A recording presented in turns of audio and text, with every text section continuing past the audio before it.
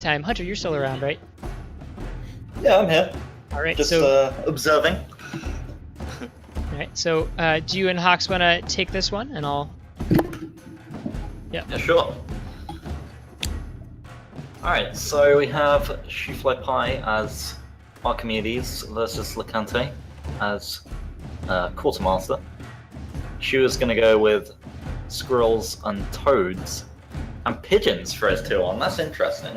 Toads might actually be really strong, considering the golems will allow toads to get in close. I think that'll be really powerful. Whereas Lacante is going more. He's going more tier 2, tier 3 focus, maybe? I'm not entirely sure on how that's going to go. I don't know his plan, really. But here we go. So game... I don't know what game number it is, doesn't matter. Lacante to the east in green, and Shooflypi to the west in purple. Alright.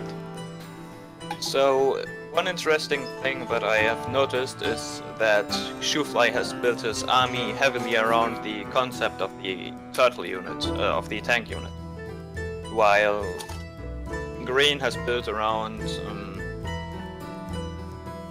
a pretty siege-heavy build, if you ask me at least. That's interesting. Maybe he's going to go for some poking backdoor kind of stuff with the chameleon and the commander power. That could be pretty strong.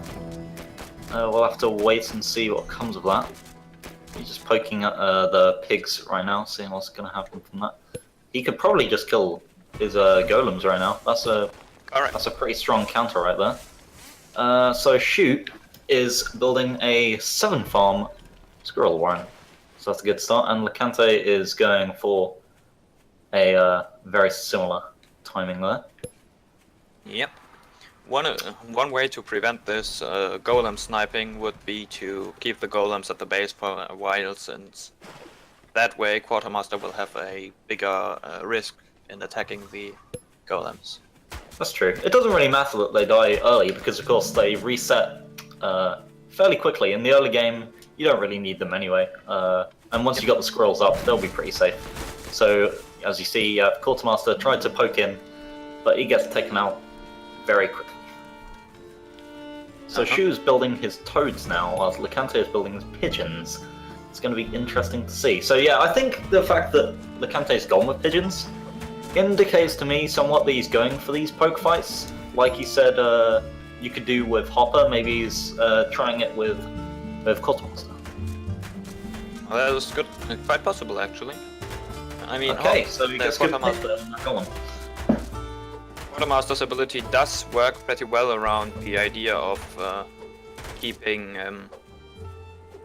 or rather of killing in poke waves.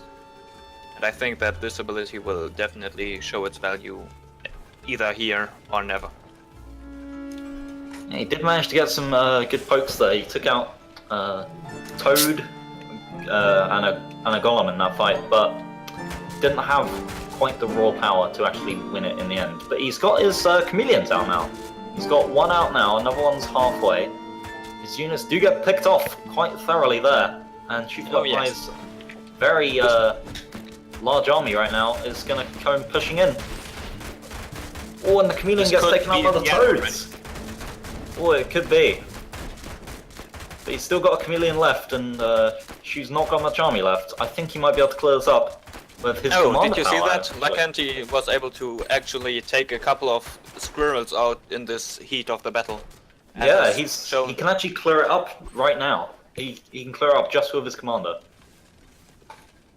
And this is just the value that I have tried to create, but I fear that Lacante's commander, Quartermaster, has lost a lot of value during the whole power creeping in the conception phase that I had.